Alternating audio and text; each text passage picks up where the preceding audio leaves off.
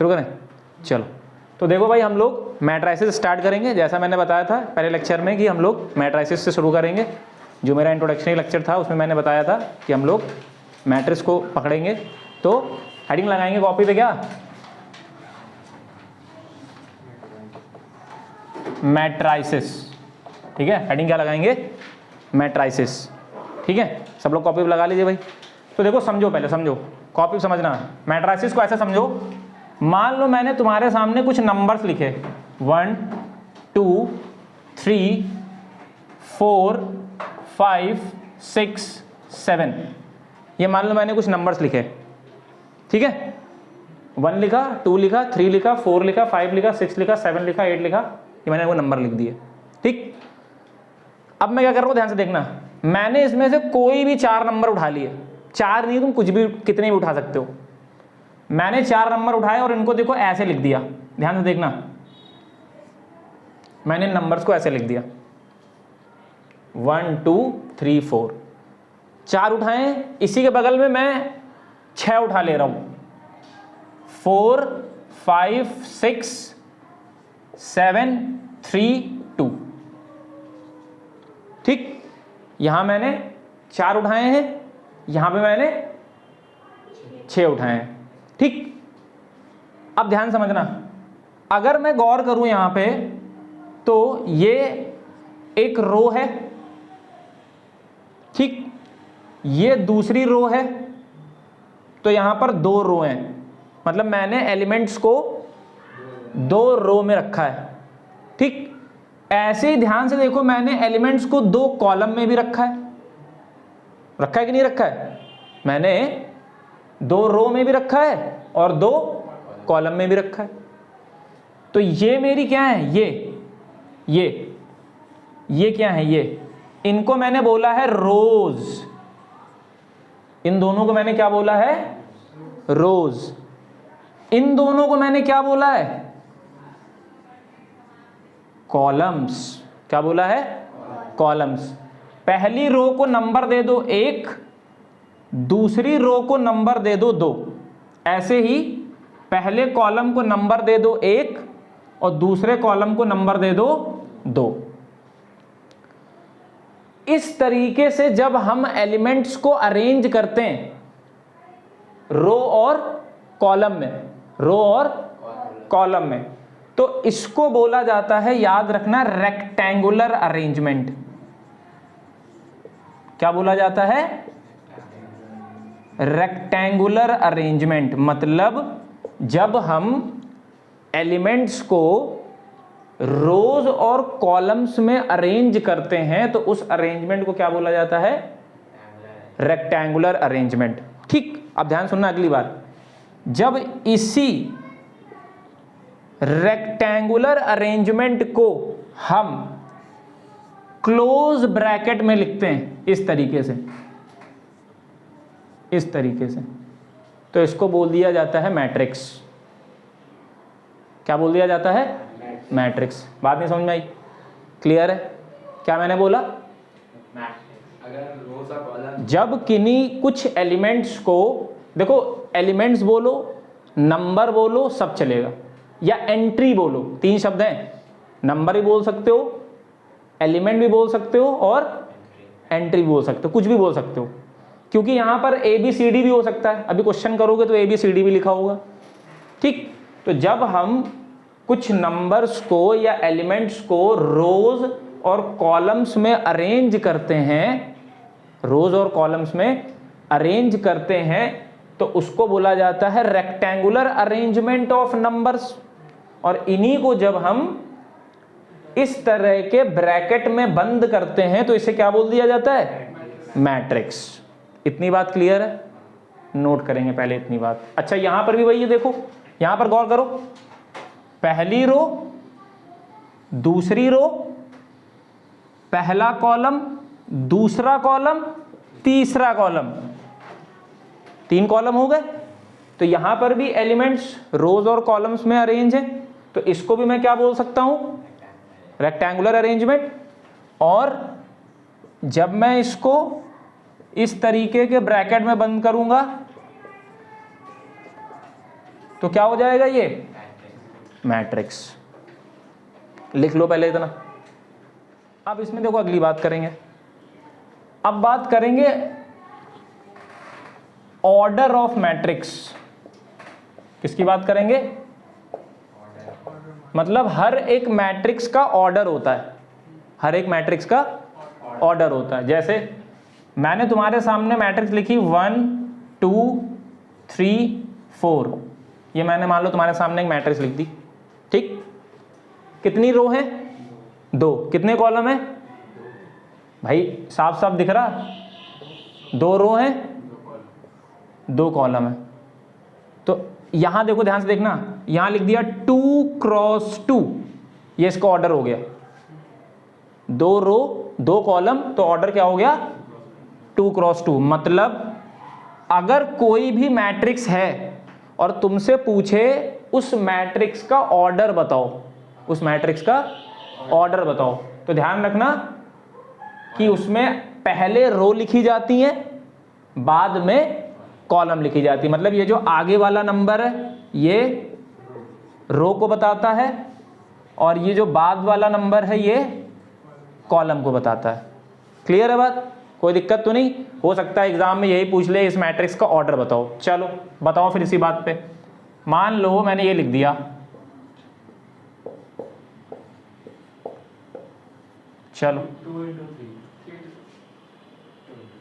क्या है ऑर्डर? कितनी रो हैं? कितनी रो हैं? खींच के देख लो ना लाइन, 1 2 3। अभी देखो स्टार्टिंग है, थोड़ा सा तुम्हें कंफ्यूजन होगी, खींच के देख लो। पेंसिल रखा करो साथ में, पेंसिल रखिए, खींच के देख लीजिए, कंफर्म हो जाएगा कि कितनी है। तो कितनी रो है? यहां लिख दिया 3, ठीक। अब कॉलम कितने हैं? 3 क्रॉस 2। 3 क्रॉस 2 भी बोलते हैं, 3/2 भी बोलते हैं, बीच में बाय यूज करते हैं। तो इसका ऑर्डर क्या हो गया? 3 क्रॉस 2। एक और लिखें, बताओगे? चलो बताओ, इसका बताओ। ये 2 रोज, एक कॉलम, 1 क्रॉस 2,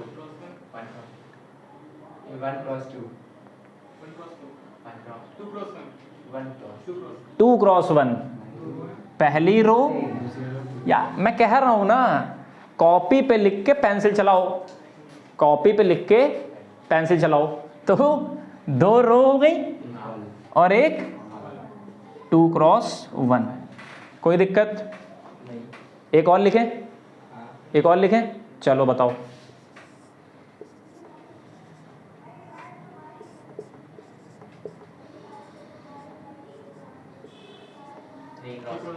थ्री क्रॉस 3, क्योंकि साफ साफ दिख रहा है 3 रो है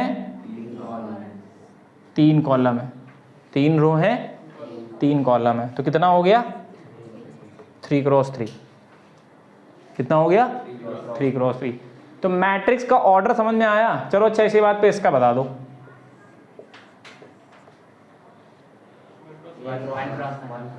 तो एक ही रो है और एक कॉलम है, 1 क्रॉस 1। तो इसका मतलब मेरे हिसाब से मुझे ऐसा लगता है कि आपको ऑर्डर ऑफ मैट्रिक्स पता करना आ गई है, ठीक है। तो इसको अगर हम मैथमेटिकल डेफिनेशन में लिखें तो देखो कैसे लिखता है, ध्यान से देखो। लेट अस सपोज ए कोई मैट्रिक्स है, ऐसे लिखते हैं इसको, मतलब इसी को डेफिनेशन में कैसे लिखते हैं। लेट अस सपोज ए कोई मैट्रिक्स है जो इस तरीके से, अब ये क्या है जो मैंने अंदर लिखा है अभी मैं बताऊंगा, और इसका ऑर्डर m क्रॉस n है। मतलब इन सारी मैट्रिक्स को अगर तुम्हें एक स्टैंडर्ड या जनरल फॉर्म में लिखना है तो कैसे लिखोगे? Matrix A is equal to close bracket, अंदर मैंने क्या लिखा है? Aij, और इसका ऑर्डर क्या है? m cross n। ये तो B भी हो सकता है, C भी हो सकता है, ये फिक्स रहेगा Aij, और ये m क्रॉस n। क्लियर है बात? कोई दिक्कत तो नहीं? तो ये क्या है? ये किसी भी मैट्रिक्स की जनरल या फिर क्या कह सकते हो? स्टैंडर्ड फॉर्म है। स्टैंडर्ड फॉर्म है, जनरल फॉर्म है या फिर स्टैंडर्ड फॉर्म है, लिखेंगे भाई। अब अगला टॉपिक जो इसमें है वो ये है, तुमसे पूछेगा एलिमेंट की पोजीशन बताओ। एलिमेंट या फिर एंट्री जो है भरी है, अंदर जो एलिमेंट्स या नंबर्स रखे हैं इनकी पोजीशन बताओ। ठीक, तो देखो मैं दोबारा एक मैट्रिक्स लिख रहा हूं, 2 3 4 5 6 7। ऑर्डर क्या है? ऑर्डर क्या है?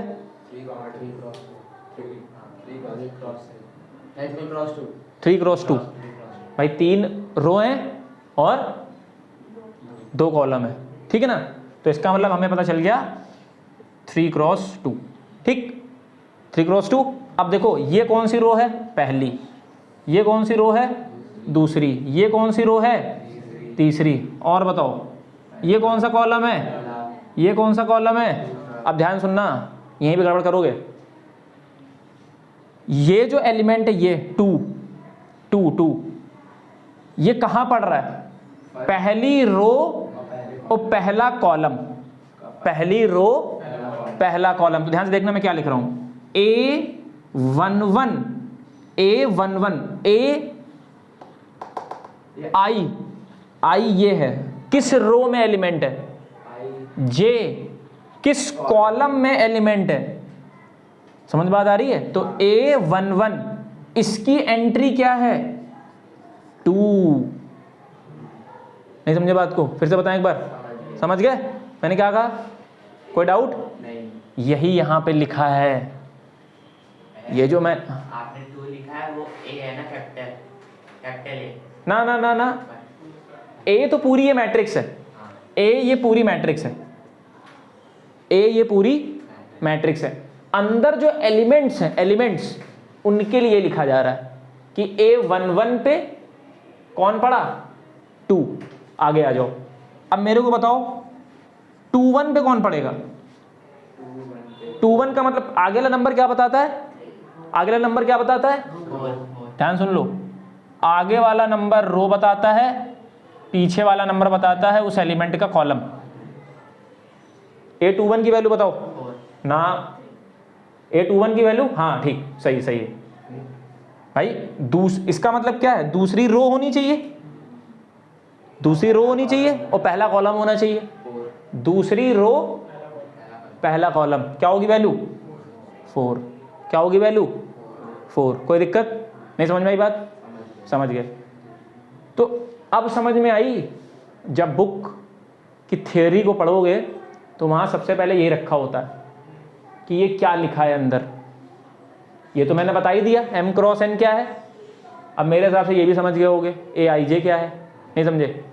समझ गए कि हर पूरी मैट्रिक्स में जितनी भी एंट्रीज भरी हैं उन एंट्रीज की पर्टिकुलर पोजीशन क्या है, हम उसके थ्रू ये बताते हैं। ठीक, कोई दिक्कत? चलो अच्छा, इसी बात तो बता दो A32 7, तीसरी रो दूसरा कॉलम, यहाँ पे कितना लिख दिया? 7। तो इसका मतलब मेरे हिसाब से तुम्हें एंट्री पता करना आ गई है कि कैसे किस एलिमेंट की क्या पोजीशन है। कोई डाउट इसमें? लिखेंगे, नोट करेंगे भाई।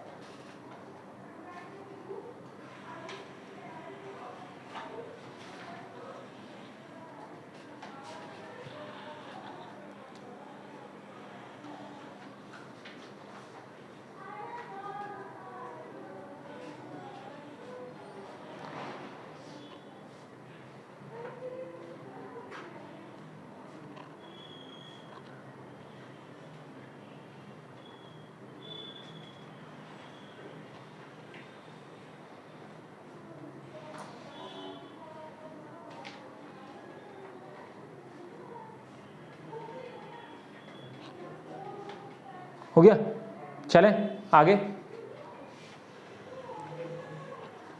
अब देखो इसी पे क्वेश्चन है, समझो कैसे करेंगे क्वेश्चन, समझो। यहां मैं लिख रहा हूं, इसी पे बेस्ड क्वेश्चन है और ये शायद बुक का पहला क्वेश्चन भी है।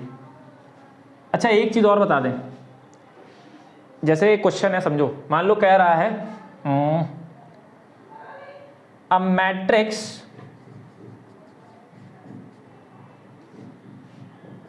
Has 6 elements.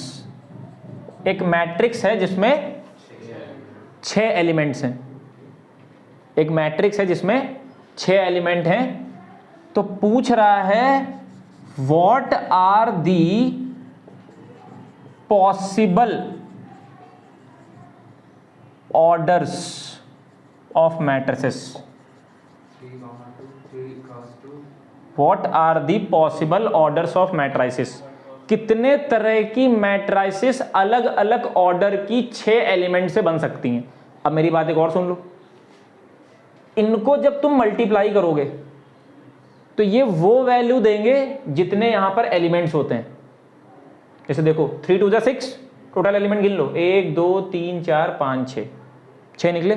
तो मेरे को ये बताओ अगर 6 एलिमेंट हैं तो क्या क्या पॉसिबल ऑर्डर होगा। तो देखो एक तुम 3 क्रॉस 2 की बना सकते हो, एक तुम 2 क्रॉस 3 की बना सकते हो, और बताओ 6 क्रॉस 1 की बना सकते हो, 1 क्रॉस 6 की बना सकते हो। और कोई पॉसिबल ऑर्डर? क्या और किसी तरीके से 2 नंबर को मल्टीप्लाई करने पे 6 आ सकता है? नहीं। यही 4 डिफरेंट वेज हैं जिनके थ्रू आप 6 एलिमेंट्स के लिए पॉसिबल ऑर्डर बना सकते हैं। तो कितने टाइप की मैट्रिक्स बनेंगी? 4, 3 क्रॉस 2, 2 क्रॉस 3, 6 क्रॉस 1 और 1 क्रॉस 6। अब मान लो मुझसे कह दिया बनाओ, तो बना देते हैं, क्या दिक्कत है। अब जैसे मान लो तुमसे कह दिया कि मैट्रिक्स कंस्ट्रक्ट करनी है, मैट्रिक्स कंस्ट्रक्ट करनी है। अब उसने तुम्हें नंबर नहीं बताया तो अपने हिसाब से तुम कुछ भी लेके कर सकते हो, कोई दिक्कत नहीं है। समझो जैसे मान लो मुझे कौन सी लेनी है, पहले 3 क्रॉस 2 की बनानी है। किसकी बनानी है? 3 क्रॉस 2 की। समझो तुम्हें क्या पता होना चाहिए, ध्यान सुन लो। कितनी रो होनी चाहिए? कितनी रो होनी चाहिए? कितनी रो होनी चाहिए? तो देखो ऐसे 3 लाइनें खींच लिया करो, 3 रो होनी चाहिए। कॉलम कितने होने चाहिए?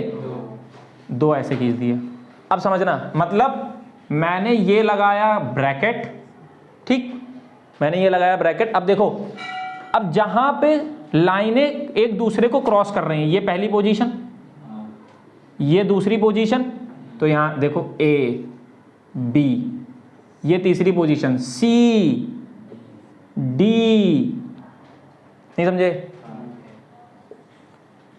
ई एफ, 3 क्रॉस 2, नहीं समझे, बन गया 3 क्रॉस 2। ठीक है, 2 क्रॉस 3 बनाओ। 2 क्रॉस 3 कैसे बनेगा? फिर से लो, यहां पे 2 रो 3 कॉलम, 2 रो 3 कॉलम। ये देखो, चलो भाई कहां कहां भरना है? 1 2 A B C D E F, very easy, कोई दिक्कत नहीं। कॉन्सेप्ट को पकड़ ले जाओगे, चैप्टर में कुछ नहीं है। ठीक है, चैप्टर में तो वैसे भी नहीं, अगर तुम इतना, तुम्हारे स्कूल के टीचर नहीं भी बताएंगे तब भी तुम्हें दिक्कत नहीं होगी। लेकिन समझो तो चैप्टर क्या कह रहा है, फिर तुमको मजा कैसे आएगा। अभी मैं ऊपर ऊपर चला जाऊं, ये कर दो वो कर दो, तो उसका कोई मतलब नहीं है ना। समझ में बात आई? नोट करेंगे क्वेश्चन? नोट करिए भाई, ये क्वेश्चन है आपकी किताब में, शायद चेक करो, पहला क्वेश्चन है। पहली एक्सरसाइज में ये क्वेश्चन होगा।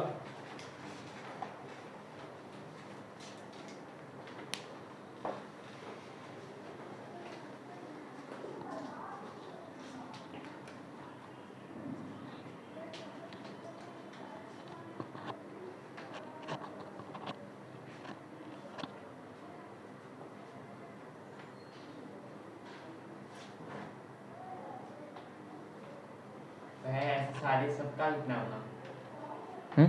सबका लिखना होगा। हाँ 6x1 की बना लोगे, नहीं बना पाओगे? 6x1 की कैसे बनेगी?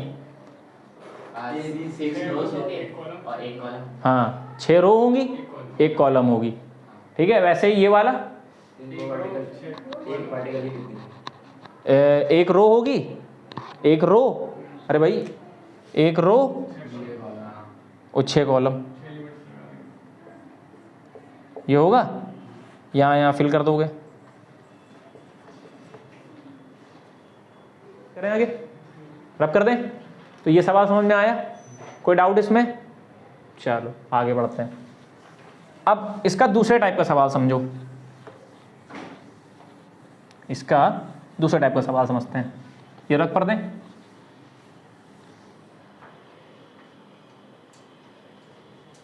चलो क्वेश्चन देखो क्या कह रहा है। क्वेश्चन लिखेंगे, construct 2x2 matrix, construct 2x2 matrix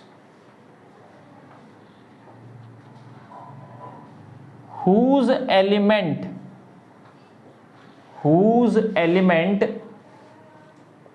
aij is equal to 2i minus j, whose element aij is equal to 2i minus j। ठीक है, ये सवाल है। 2x2 की मैट्रिक्स बनानी है जिसका एलिमेंट aij जो है वो किसके बराबर है? 2i माइनस जे के बराबर है। ये भी सवाल आपकी बुक का है। तो देखो भाई, तो पहले एक रफली आइडिया ले लो कि 2x2 की मैट्रिक्स कैसे होती है। देखो 2 रो होंगी, 2 कॉलम होंगे और यहां पे हमें एंट्रीज फिल करनी पड़ेंगी। तो इसका मतलब ध्यान से देखो, मतलब एक एलिमेंट यहां पे रहेगा, एक यहां पे रहेगा, एक यहां पे रहेगा और एक यहां पे रहेगा। यही होगा, इसके अलावा कुछ और होगा? यही होगा। अब समझना, अब ये बताओ, ध्यान समझो, ये पहली रो, ये दूसरी रो, ये पहला कॉलम, ये दूसरा कॉलम। तो मुझे ये बताओ, यहां पे क्या होगा? A11 नहीं होगा, यहां वाला क्या है? यहां वाला फर्स्ट रो फर्स्ट कॉलम। तो मैंने क्या लिख दिया? A11। कोई दिक्कत, कोई डाउट? समझ बात आ रही है? यहां पे आ जाओ, A12, यहां पे बताओ A21, बहुत बढ़िया, A21, यहां पे बताओ A22। कोई दिक्कत? ये एक मैट्रिक्स मैंने लेट कर ली A बराबर, ये मैंने लेट कर दी, ठीक, कोई दिक्कत? अब समझो, अब मेरा aij क्या है? 2i माइनस जे, यही है, 2i माइनस जे, यही है। अब ये बताओ, A11 का मतलब क्या होगा? i की जगह पे 1 रखना है, j की जगह पे 1 रखना है। तो देखो ध्यान से देखो, 2 इंटू 1 माइनस 1, 1 माइनस 1 0। A11 की वैल्यू कितनी आई? सॉरी 2 1 ज़ा 2, 2 माइनस 1, तो A11 कितना आएगा? 1। A12 बताओ क्या होगा? 2 इंटू 1, क्योंकि i की वैल्यू 1 है, j की वैल्यू 2 है, क्या आएगा? तो A12 आ गया 0, A12 आ गया 0। आगे आ जाओ, A21 बताओ, A21 बताओ। 2 इंटू 2 माइनस 1, 4 माइनस 1 3। कोई दिक्कत, कोई डाउट हो तो बताओ। ऐसे ही A22 बताओ, 2 इंटू 2 माइनस 2, 4 माइनस 2 2। तो फाइनली मेरे को ये बताओ, मैट्रिक्स क्या बनी? मैट्रिक्स क्या बनी? A11 में बना 1, A12। अब देखो यहां पे गलती मत करना, पोजीशन देख लेना।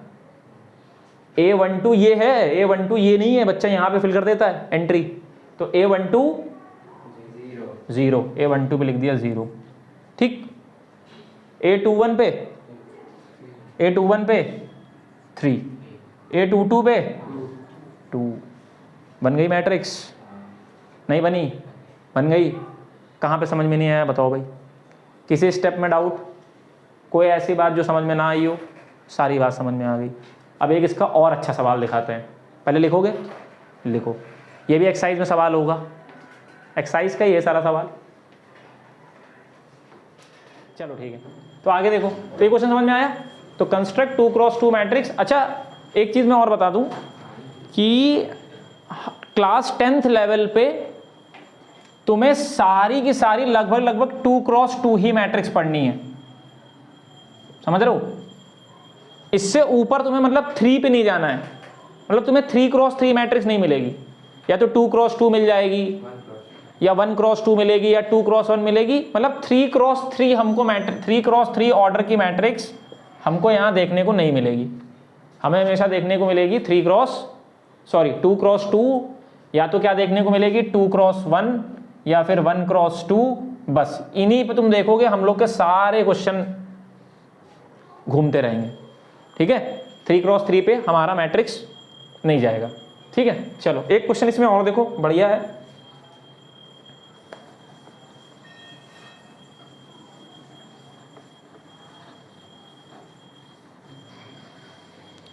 एक क्वेश्चन मैं और लिख रहा हूं, देखो क्वेश्चन है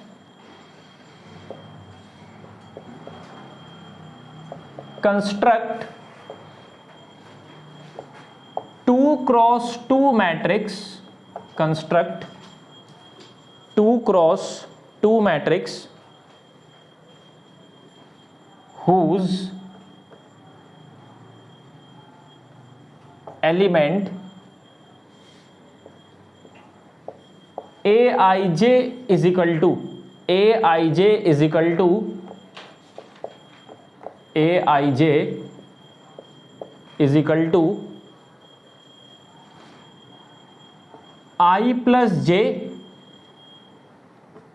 जब I j से बड़ा हो, और I माइनस j जब I j से छोटा हो।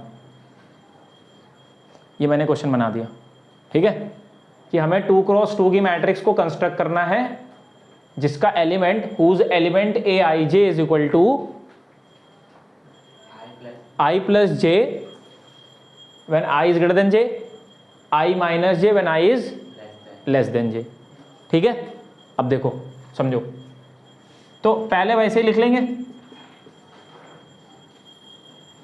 वैसे ही लिख लेंगे। कैसे? अब तो हम लोग को पता है ना, A11 A12 A21 A22, ठीक है? A11 A12 A21 A22। अब तो हमें पता चल गया कि 2x2 की मैट्रिक्स को हमको ऐसे ही लिखना होता है, ठीक है? कोई दिक्कत? अब देखो, अब ध्यान समझना, पहला एलिमेंट क्या है? अच्छा यहाँ पे मैं एक चीज़ और कर दे रहा हूँ, यहाँ पे मैं ये लगा दे रहा हूँ यार, लगाना भूल गया, ठीक है?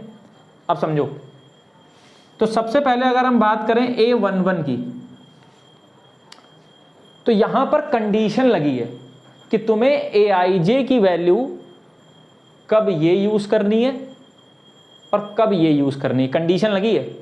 अब कंडीशन क्या है? जब I j से बड़ा हो या I j के बराबर हो तब तुम्हें क्या यूज करना है? I plus j। और जब I j से छोटा हो तो क्या यूज करना है? I minus j। कोई दिक्कत? कोई दिक्कत नहीं होगी, इतने में कोई डाउट नहीं होगा। अब यहाँ पे आ जाओ, I और j सेम है, I और j तो बराबर है, तो ये वाली कंडीशन यूज होगी कि ये वाली यूज होगी? I प्लस j, क्योंकि मैंने यहाँ पे इक्वल टू का साइन लगा दिया है। तुम बताओ मेरे को, Aij की वैल्यू इसके लिए कौन सी चूज होगी? Aij की वैल्यू इसके लिए कौन सी चूज होगी? I प्लस j वाली। तो I भी 1 है, j भी 1 है, तो A11 कितना आएगा? 2। कोई डाउट? कोई डाउट नहीं। A21 पे आ जाओ, सॉरी पहले किस पे आएंगे? A12 पे। अब A12 पे आ जाओ, I j से छोटा है, I j से छोटा है, तो जब I j से छोटा होगा तो Aij के लिए कौन सी यूज करोगे? I minus j। अब I कितना है? 1, j कितना है? तो 1 माइनस 2 -1। हाँ बिल्कुल। अच्छा अभी तक मैं प्लस के लिख रहा था क्या? सॉरी, ठीक है, यहाँ कुछ भी हो सकता है, इंटीजर, फ्रैक्शन, मतलब इंटीजर नहीं, डेसिमल नहीं मिलेगा, इंटीजर मिलेगा, फ्रैक्शन मिलेगा, ठीक है। इंटीजर मतलब तुम्हारा नेगेटिव वैल्यू भी होगी, पॉजिटिव भी होगी, दोनों हो सकती हैं। अब A21 पे आ जाओ, इसका बताओ A21 I प्लस जे, फिर से I प्लस जे होगा क्योंकि I बड़ा है और J छोटा है, तो फिर से बताओ 3 आ जाएगा। 3 कैसे आएगा, यहाँ पे 2 रखेंगे, यहाँ पे 1 रखेंगे, 2 + 1 3। फिर आगे आ जाओ A22 I प्लस जे बराबर है, बराबर पे कौन सी यूज करनी है, I प्लस जे, तो 4 आ गया। तो बताओ फाइनली जो मैट्रिक्स कंस्ट्रक्ट हुई उसमें A11 पे कितना लिखोगे 2, A12 पे कितना लिखोगे -1, A21 पे कितना लिखोगे 3, A22 पे कितना लिखोगे 4, A22 पे कितना लिखोगे 4। कोई डाउट, ठीक है। तो 2 क्रॉस 2 मैट्रिक्स हो गई। चलो आगे देखो। अब मान लो इसी क्वेश्चन में हम लोगों को क्या करना है, 3 क्रॉस 3 मैट्रिक्स बनानी है, 3 क्रॉस 3 मैट्रिक्स बनानी है। तो 3 क्रॉस 3 मैट्रिक्स डेटा यही है, इसी डेटा को यूज करना है और क्या बनानी है 3 क्रॉस 3। तो अब पहले अपने दिमाग में वो सेटअप कर लो जो मैंने बताया है। 3 रो होंगी, 3 रो होंगी और 3 कॉलम होंगे, 3 रो होंगे, 3 कॉलम होंगे। कोई दिक्कत नहीं में, ये तो बात समझ में आ गई होगी। अब ये बताओ, मान लो इस मैट्रिक्स का नाम मैंने रख दिया B, इस मैट्रिक्स का मैंने नाम रख दिया B। अब यहाँ पे बताओ, यहाँ पे क्या लिखें, यहाँ A11 बगल में A12, उसके बगल में A13। जिनको डाउट हो साइड में मैंने ये बनाया है, ऐसे लिख लो 1 2 3 1 2 3।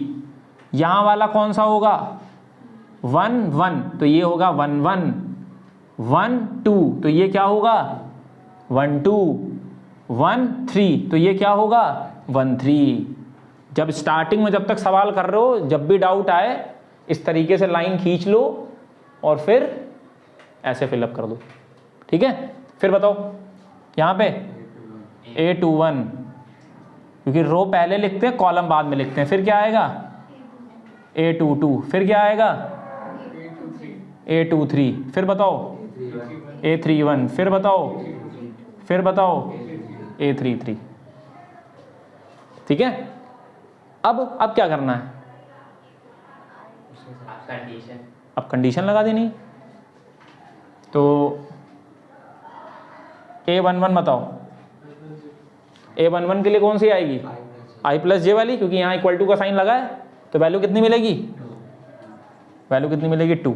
फिर बताओ A12 बताओ। अभी मुझे लग रहा है कि A12 तक जाएंगे तो वही मिलेगा। फिर बताओ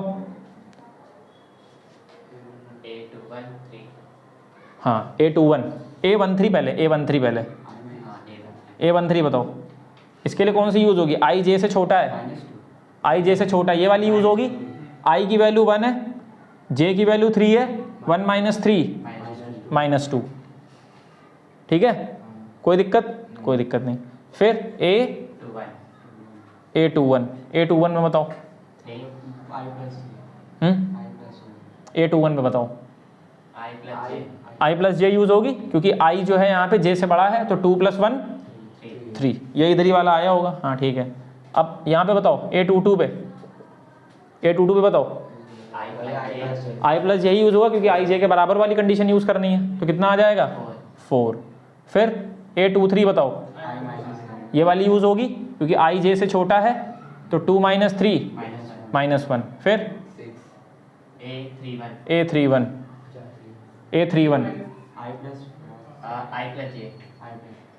I plus J he use होगी, क्योंकि I J से बड़ा है, तो 3 + 1 4।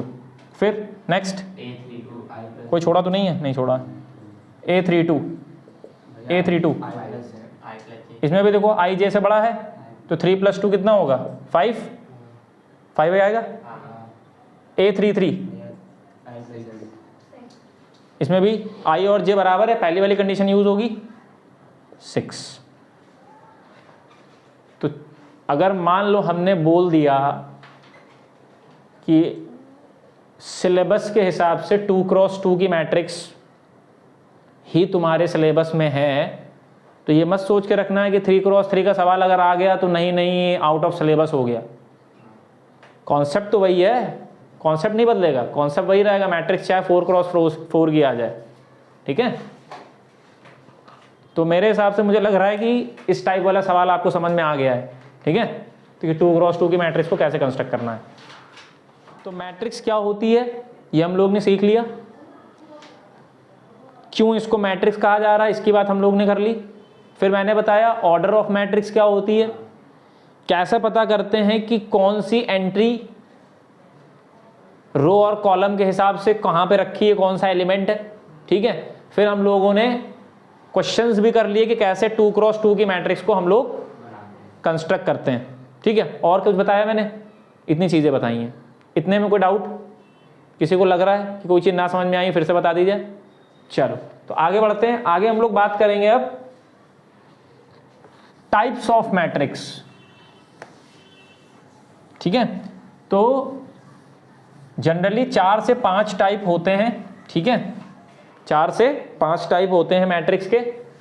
इनका ऐसा कोई खास यूज नहीं है, पर आपको पता होना चाहिए। हो सकता है आपसे MCQs में पूछ ले कि ये कौन सी मैट्रिक्स है, ये कौन सी मैट्रिक्स है ना। तो हेडिंग लगा लेंगे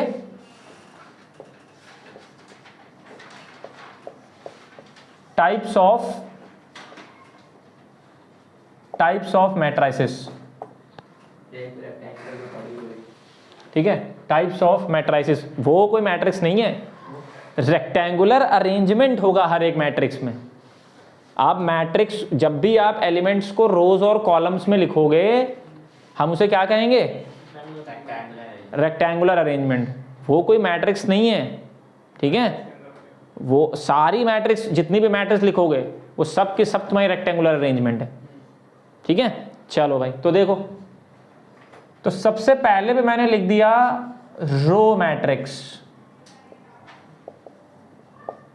कौन सी लिख दी, रो मैट्रिक्स। ठीक, तो रो मैट्रिक्स की डेफिनेशन है कि जब नंबर ऑफ रोज एक हो, सिर्फ नंबर ऑफ रोज कितनी हो, एक हो, कॉलम चाहे जितने हो। या तो सीधा सीधा ये कह सकते हैं कि जब भी रोज कॉलम से, नहीं ये नहीं लिख सकते, सॉरी ये नहीं लिख सकते। सीधा आपको तो ध्यान रखना है कि अगर नंबर ऑफ रोज 1 है किसी भी मैट्रिक्स में, अगर नंबर ऑफ रो या नंबर ऑफ रोज एक ही है तो उसे क्या बोला जाएगा, रो मैट्रिक्स। ठीक, एग्जाम्पल के तौर पे यहां मैं लिख दे रहा हूं 1 2 3 4 5, ये ले लो मान लो, या ये ले लो 1 2 3, ये ले लो, या फिर ये ले लो। ये सब क्या है, रो मैट्रिक्स हैं, क्योंकि इसमें क्या, एक ही रो है, एक ही रो है। मतलब ये कि m की वैल्यू 1 होगी। हाँ, यहां लिख सकते हो ऐसी matrix, such matrix in which order having m cross n but the value of m is 1। ऐसी मैट्रिक्स जिसमें ऑर्डर m क्रॉस n तो होगा, पर वहां पर जो m की वैल्यू होगी वो कितनी होगी, 1 होगी, तो उसे क्या बोलेंगे हम, ठीक है, रो मैट्रिक्स। n कुछ भी हो सकता है, n जो है वो कुछ भी हो सकता है, 1 भी हो सकता है, 1 नहीं होना चाहिए वैसे बेसिकली। ठीक है, 1 नहीं होना चाहिए, ध्यान रखना। रो मैट्रिक्स में n की वैल्यू 1 नहीं होनी चाहिए। क्यों, अभी मैं बताऊंगा। यहां पे मैं एक चीज लिख दे रहा हूं, n should not be 1, n की वैल्यू 1 नहीं होनी चाहिए, इस बात को ध्यान रखिएगा। m 1 हो, n 1 नहीं होना चाहिए, इसके अलावा कुछ और हो सकता है। नहीं अभी आ रहे हैं। अब देखो अगली चीज, रो मैट्रिक्स समझ में आ गई। नेक्स्ट दूसरी मैट्रिक्स से चले। देखो भाई, तो अगर दूसरी मैट्रिक्स पे बात करें तो उसको हम लोग कहेंगे कॉलम मैट्रिक्स। दूसरे नंबर पे कौन सी मैट्रिक्स आएगी? Column matrix. तो कॉलम मैट्रिक्स की बात करें तो यहां पे लिख सकते हैं कि जो नंबर ऑफ कॉलम होंगे वो 1 होंगे, और अगर हमारी किसी मैट्रिक्स का ऑर्डर क्या m क्रॉस n है तो n की वैल्यू 1 होनी चाहिए, n की वैल्यू 1 होनी चाहिए। m शुड नॉट बी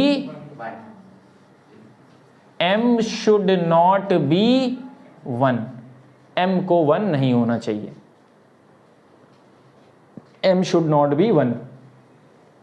ठीक है, नंबर ऑफ कॉलम 1 होना चाहिए, और अगर किसी मैट्रिक्स का ऑर्डर m क्रॉस n होता है तो n की वैल्यू 1 हो पर m 1 नहीं होना चाहिए।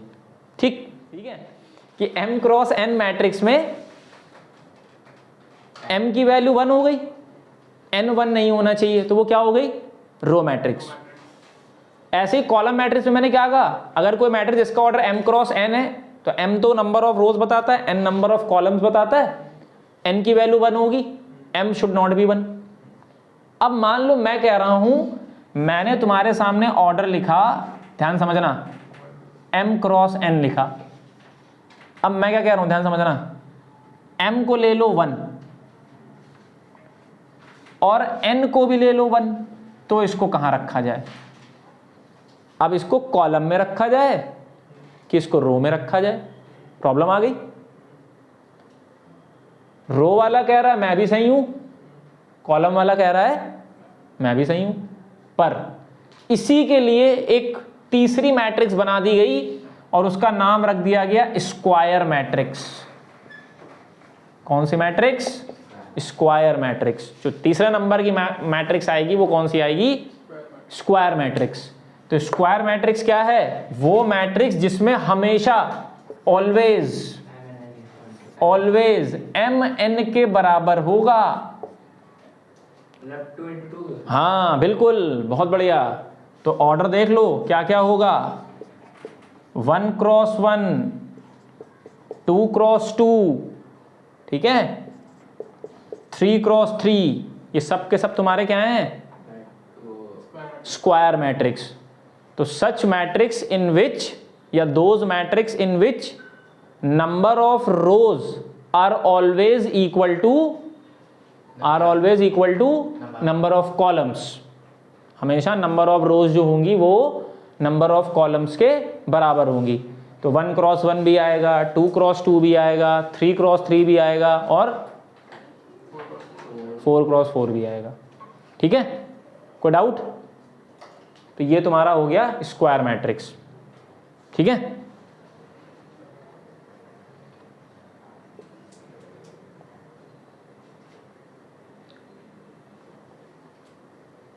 वैसे भैया 2 into 2 है, उसकी क्या क्या पॉसिबिलिटीज हो सकती हैं? 4 एलिमेंट है तो 4 एलिमेंट है तो क्या क्या पॉसिबिलिटी होंगी बताओ? इनका क्वेश्चन आया है। अगर मैट्रिक्स है उसमें हमें 4 एलिमेंट रखने हैं, कोई मैट्रिक्स हमें कंस्ट्रक्ट करनी है उसमें हमें 4 एलिमेंट रखने हैं, तो क्या होंगी पॉसिबल ऑर्डर्स? क्या क्या हो सकते हैं? 2 क्रॉस 2, पॉसिबल ऑर्डर क्या क्या हो जाएंगे?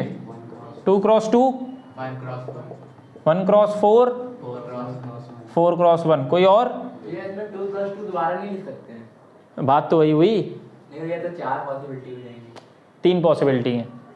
2 क्रॉस 2 में कुछ भी कहो, ये आगे कर दो वो पीछे कर दो, वो 2 क्रॉस 2 ही तो है।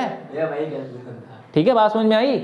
तो मैंने सीधा फंडा तुम्हें बताया है, ऐसा नंबर दिमाग में सोचो, ऐसे 2 नंबर दिमाग में सोचो जिनको मल्टीप्लाई करने पे 4 मिल जाए। तो 2 क्रॉस 2 है, 1 क्रॉस 4 है, 4 क्रॉस 1, तो यही ऑर्डर होंगे तुम्हारे। एक 2 क्रॉस 2 बनेगी, एक 1 क्रॉस 4 बनेगी और एक 4 क्रॉस 1 बनेगी। ठीक है, ज़्यादा टैलेंट नहीं लगाना है, ज़्यादा टैलेंट सेहत के लिए हानिकारक है। ठीक है, मेहनत भी पर सुरक्षा के साथ, ठीक है, वरना दिक्कत हो जाएगी। ठीक है, हाँ। लिटिल नॉलेज डेंजरस है, पर ज़्यादा नॉलेज भी डेंजरस है, ध्यान रखना। चलें आगे, आगे प्रोसीड करें। तो स्क्वायर मैट्रिक्स क्लियर हो गई। देखो आगे,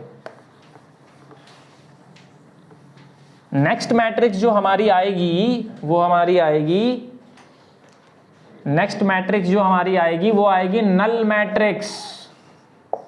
नल मैट्रिक्स या फिर जीरो मैट्रिक्स। ठीक है, ऐसी मैट्रिक्स जिसके सारी एंट्रीज जीरो हों, ऐसी मैट्रिक्स जिसकी सारी एंट्रीज जीरो होंगी उसे हम क्या बोलेंगे? Null matrix. Such matrix in which all the entries are zero.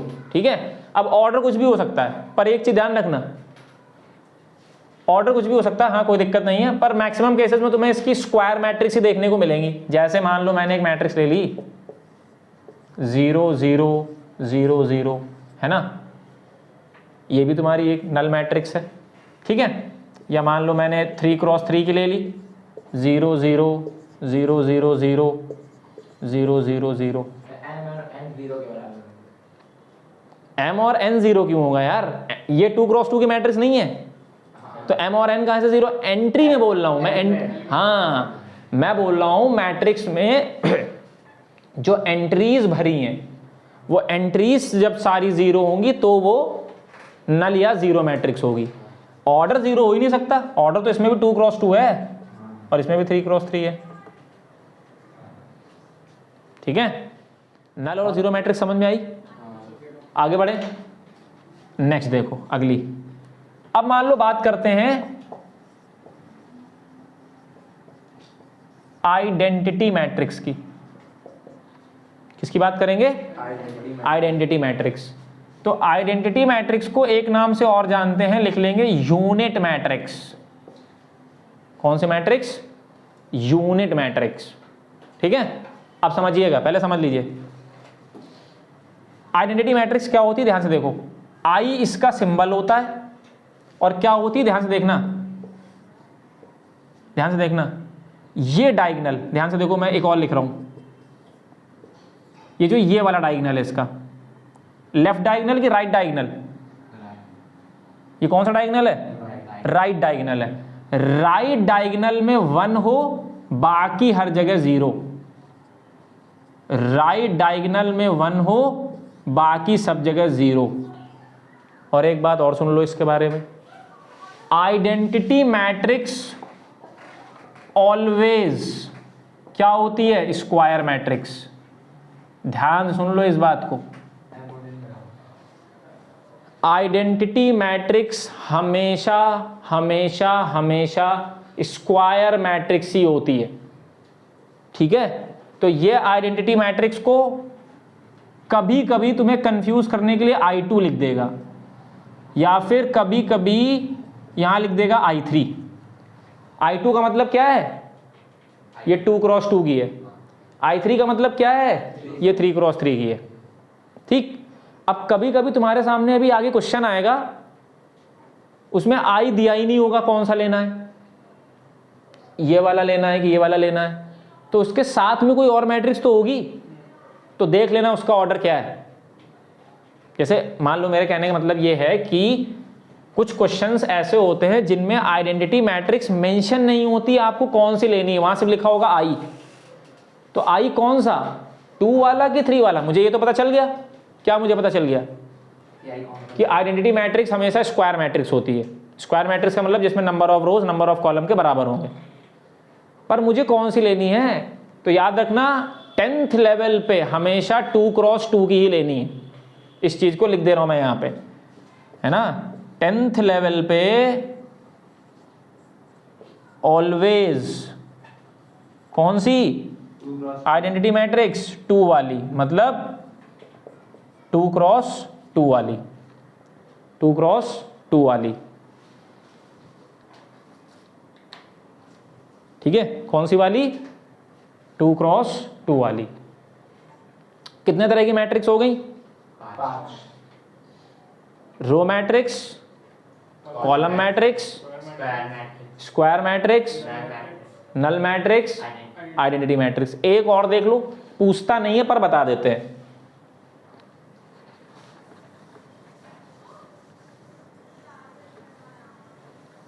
ये तो राइट एंगल में हमेशा नंबर 1 ही होगा। राइट एंगल में एलिमेंट हमेशा 1 होगा। हाँ, राइट डायगोनल में हमेशा 1 होगा। ठीक है, चलो एक और देख लेते हैं।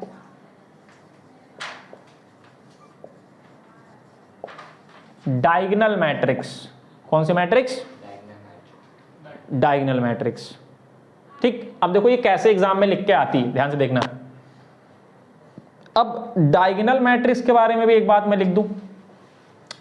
जो ये डायगोनल मैट्रिक्स होती है ये भी तुम्हारी स्क्वायर मैट्रिक्स होती है। डायगोनल मैट्रिक्स भी क्या होगी? स्क्वायर मैट्रिक्स होगी। मतलब इसका भी ऑर्डर क्या होगा? या तो 2 क्रॉस 2 होगा या तो 3 क्रॉस 3 होगा।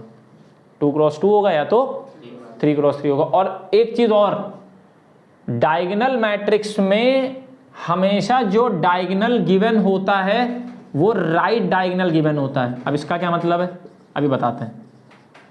अब समझो क्वेश्चन कैसे है। उसने लिखा a is equal to DIG ऐसे लिखा, और इसके बाद उसने ऐसे लिख दिया 3 - 4 और 1, ऐसे उसने लिख दिया। ध्यान समझिएगा, a बराबर क्या लिख दिया? DIAG डॉट 3 - 4 और 1। इसमें कितने एलिमेंट दिख रहे हैं? 3। अब मैंने तुमसे क्या कहा? डायगोनल मैट्रिक्स हमेशा क्या होती है? Square matrix. तो इसका मतलब ये मैट्रिक्स ओवरऑल पूरी क्या होगी? 3 क्रॉस 3। 3 कॉलम्स भी होंगे। बात को समझ में क्या कह रहा हूं? मैं कह रहा हूं DIJ लिखा, इसके ब्रैकेट में कितने एलिमेंट दिख रहे हैं? 3 एलिमेंट दिख रहे हैं। अगर 3 एलिमेंट दिख रहे हैं तो दिमाग में बैठा लो कि डायगोनल मैट्रिक्स स्क्वायर मैट्रिक्स होती है। अगर एलिमेंट 3 दिखेंगे तो वो 3 क्रॉस 3 की होगी। अगर DIJ के ब्रैकेट में 2 एलिमेंट हैं तो ये 2 क्रॉस 2 की होगी। अब कैसे पूरी मैट्रिक्स बनानी है ध्यान से देखो। A लिखा, A लिखा, A लिखा। अब यहां पे देखो ध्यान से, क्या करना है? राइट डायगोनल 3 - 4 और 1, ये लिख दिया 3 - 4 1। बाकी एंट्रीज में 0 भर दो।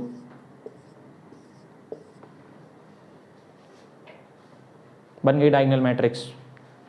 तो मैंने क्या बोला था? अगर एंट्रीज कितनी है? 3, तो ओवरऑल ऑर्डर क्या बनेगा? चेक कर लो 3 क्रॉस 3 है कि नहीं है। इसमें बताओ। यहां 2 लिख दिया, 0 यहां 5 लिख दिया। 0 कितने एंट्री थी यहां पे? 2। ऑर्डर क्या बनेगा? 2 क्रॉस 2। ऑर्डर क्या बनेगा? 2 क्रॉस 2। नोट करेंगे, आगे चलें नेक्स्ट मैट्रिक्स पे। और नेक्स्ट और हमारी लास्ट मैट्रिक्स है कौन सी? Equality matrix. Very very important, बहुत कुछ इस पर डिपेंड करता है। पहली एक्सरसाइज और आगे आने वाली सारी एक्सरसाइज कहीं ना कहीं इनडायरेक्टली क्या इक्वालिटी ऑफ मैट्रिक्स लग ही जाता है। ठीक है, चलो देखो तो नेक्स्ट हेडिंग लगाएंगे। कितना नंबर है? 7 नंबर है। 7 नंबर पे लिखेंगे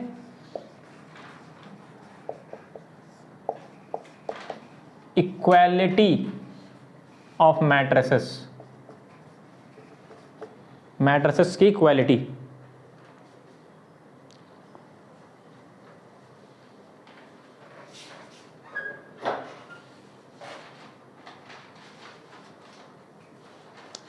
तो देखो इसमें क्या होगा, पहली बात सुन लो, कैसे पहचानोगे, यहां पर तुम्हें इक्वालिटी लगानी है।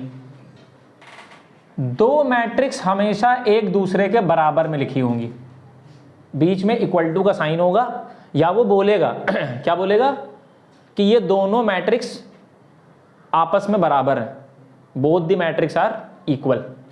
अब सुनना, दो मैट्रिक्स इक्वल कब हो सकती हैं, जब दोनों मैट्रिक्स का ऑर्डर सेम हो।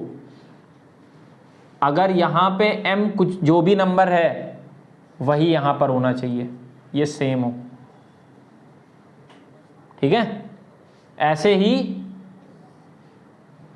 ये भी क्या हो, सेम हो। मतलब अगर A 2 क्रॉस 2 है तो B भी क्या होगा, 2 क्रॉस 2। तभी हम दो मैट्रिक्स पे इक्वालिटी लगा सकते हैं और दोनों को बराबर दिखा सकते हैं। अगर एक तरफ भी ऑर्डर सेम नहीं होगा तो मैट्रिक्स को सेम नहीं दिखा सकते। समझ बात आ रही है मैं क्या कह रहा हूं? अब समझो, ये बात समझ में आई कि दो मैट्रिक्स में इक्वालिटी कब कर सकते हैं, जब दोनों तरफ का ऑर्डर क्या हो, सेम हो। कोई डाउट इतने में? अब समझो, मान लो मैंने क्वेश्चन लिखा, ए एक मैट्रिक्स है A2 3B, B एक मैट्रिक्स है 2 2 3 3, ये B मैट्रिक्स है। अब क्वेश्चन कह रहा है both matrix are equal, both matrix are equal. तो क्वेश्चन में तुमसे कहेगा find the value of A and B। तो A और B की वैल्यू निकालो। तो पहले तो आप चेक करोगे कि यह मैट्रिक्स बराबर हो सकती हैं, तो तुमको साफ साफ दिख रहा है ये भी 2 क्रॉस 2 की है, ये भी 2 क्रॉस 2 की, दोनों बराबर हो सकती हैं। तो दोनों को बराबर में लिख लो, A 2 3 B 2 2 3 3। अब चेक कर लो, चेक कर लो, यहां पे 2 है, यहां पर भी 2 है, ये भी होना चाहिए, ध्यान रखना। अगर यहां का A11 जो है वही यहां का भी होना चाहिए, यहां का जो A12 है वो यहां का भी A12 होना चाहिए, ठीक है। जो यहां का A21 है वो यहां का भी होना चाहिए। तो A की वैल्यू क्या हो जाएगी, 2 होगी कि नहीं होगी? और देखो ये तो मैच ही कर रही है, नहीं कर रही है, मैच कर रही है, 3 3 से मैच कर रहा है। तो अल्टीमेटली अपने आप हम क्या कह सकते हैं कि B 3 के बराबर होगा। तो यहां लिख दिया B = 3। इस तरीके से हम दो मैट्रिक्स के बीच में इक्वालिटी करते हैं। अभी एक सवाल और कराएंगे, थोड़ा अच्छा वाला, ये तो थोड़ा कम अच्छा था, एक अच्छा कराते हैं अभी, नोट कर लो। चलो फिर क्वेश्चन लिखेंगे, find the values of A B C and D, find the value of A B C and D if A -2 B 7 जो है वो किसके बराबर है, 2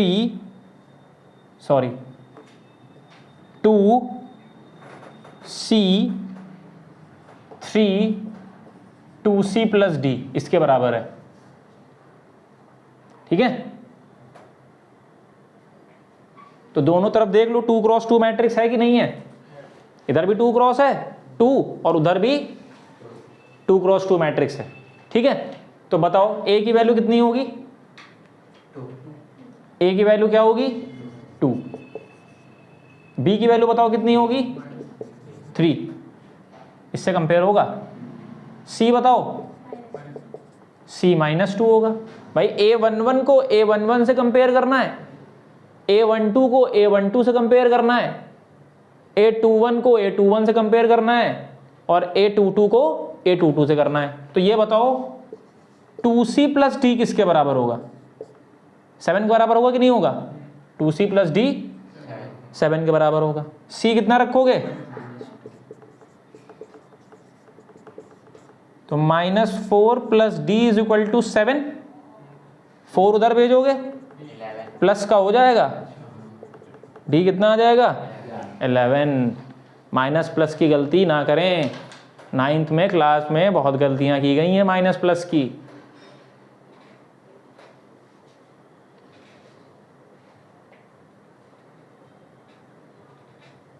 पता है कि हम लोग इंसान हैं और गलतियां इंसान से ही होती हैं, पर कोशिश रखनी है कि गलतियां कम रहें। ख़त्म तो नहीं होंगी गलतियां, क्योंकि अगर गलतियां ख़त्म हो जाएंगी तो इंसान सीखेगा नहीं। उसे क्या लगेगा कि मैं सब कुछ सीख चुका हूँ। तो mistakes are the part of life, पर आपको उन्हें कम करके रखना है। ये नहीं कि दिमाग में बैठा लिया, अगर मैं कह रहा हूँ कि हाँ mistakes are the part of life, तो अगर नहीं हो रही तब भी कर देना है। नहीं, कम रखनी है, पर कभी भी ऐसा नहीं होगा। आप समझें कि मैं अपने आप को परफेक्ट कर दूंगा, मुझसे गलतियां नहीं होंगी, तो ये नहीं हो सकता। ठीक है, गलतियां हमेशा होंगी, पढ़ाई में ही नहीं, हर एक एस्पेक्ट में। खेल रहे हैं तब भी गलती हो गई, घर में कुछ गलत हो गया या गलत कर दिया, ठीक है, तो हर एस्पेक्ट में होगा, वरना आप सीखोगे नहीं। लाइफ में हर एक दिन जब आता है तो वो आपको कुछ सिखाता है। ठीक है, आप हर दिन कुछ ना कुछ सीखते हैं। ठीक है, इस बात को ध्यान रखिए। ये नहीं कि हम सब सीखे हुए बैठे हैं, जैसे जैसे एज बढ़ेगी आप सीखोगे चीज़ों को हर एक एस्पेक्ट में। ठीक है, तो समझ में आया क्वेश्चन? A की वैल्यू कितनी हो गई? 2, B की वैल्यू कितनी हो गई? 3, C की वैल्यू हो गई -2, 2C प्लस D हो गया 7, तो D की वैल्यू यहाँ से हो गई 11। समझ में बात आई? तो आज हम लोग इतने पे ही रखेंगे। ठीक है, अच्छा एक क्वेश्चन और कर लेते हैं इक्वालिटी का ही, लास्ट क्वेश्चन। ठीक है, लास्ट क्वेश्चन।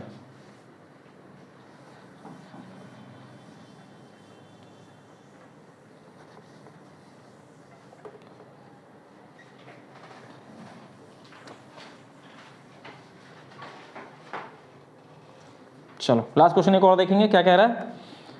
यही इक्वालिटी का ही है। Find the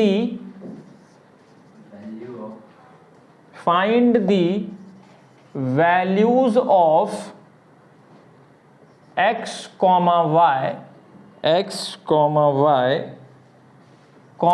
a and b if, बढ़िया सवाल एग्जाम में आ सकता है, स्टार बनाएंगे। ठीक है, और क्या लिखेंगे? KNB का मतलब कभी ना भूलें। ठीक है, आने वाला एग्जाम में ये सवाल है। तो x प्लस वाई, यहां मैंने लिख दिया a minus b, a plus b, 2x minus 3y is equal to, ठीक है,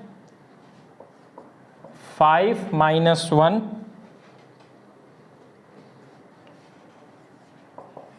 3 माइनस 5।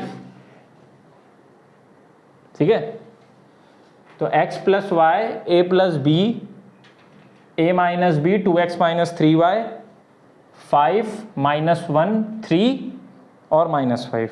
ठीक है, चलो देखो, तो यहां पे एक लाइन लिख दो, ये बुक में लिखते हैं तो लिख दिया करो भाई। By the definition of equality of matrices we get, ये लाइन लिख दिया करो भाई। ठीक है, by the definition of equality of matrices we get, तो यहां से देखो x प्लस वाई कितना होगा? 5, x प्लस वाई कितना होगा? 5, 2x माइनस 3y -5 और बताओ a plus B -1 a - b 3 यही होगा। कोई दिक्कत? x प्लस वाई a11 से a12 से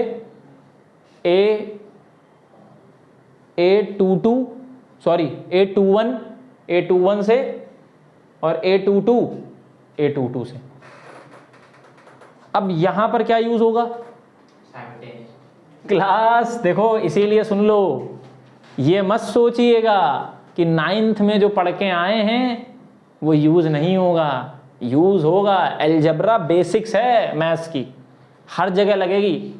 आप जब तक मैथमेटिक्स पढ़ेंगे, चाहे आप 9th में हो, चाहे आप 10th में हो, चाहे आप 11th में हो, चाहे आप 12th में हो, अलजेब्रा कभी आपका पीछा नहीं छोड़ेगी, वो हमेशा आपके साथ चलती रहेगी। ठीक है, तो यहां पे क्या लगेगा? क्लास 9th का कौन सा चैप्टर? साइमल्टेनियस। क्या करते थे हम? देखते थे कि यहां पे साइन अलग अलग हैं, एक इक्वेशन में प्लस है, दूसरे में माइनस है, तो क्या करते थे? एडिंग। अब हम सेम किसको करते हैं? y को। यहां y में कितना है? 3, तो यहां क्या करेंगे? तो पहली वाली इक्वेशन को हम लोग 3 से मल्टीप्लाई करेंगे। यहां मैं लिख रहा हूं, ध्यान से देखो,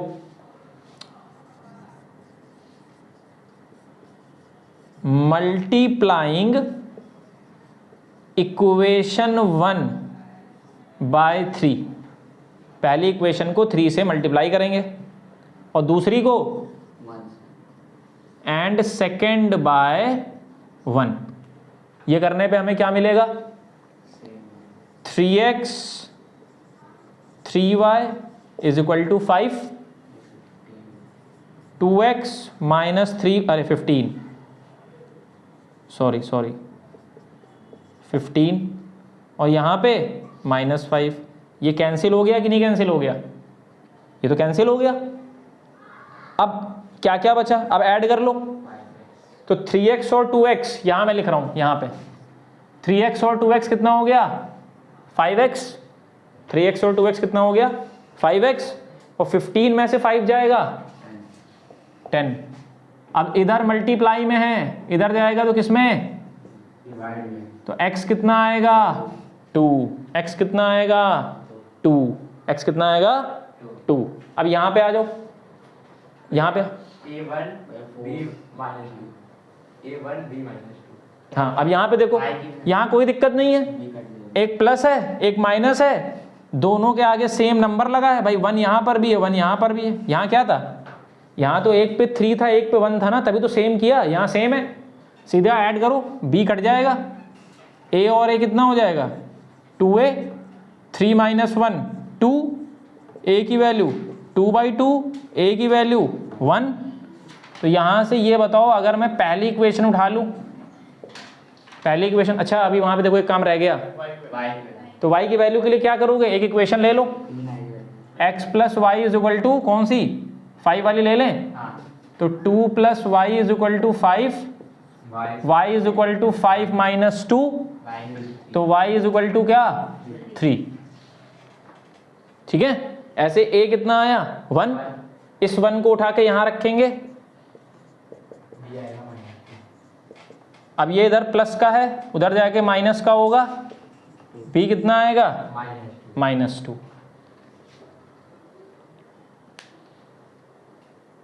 ठीक है, कोई डाउट इतने में?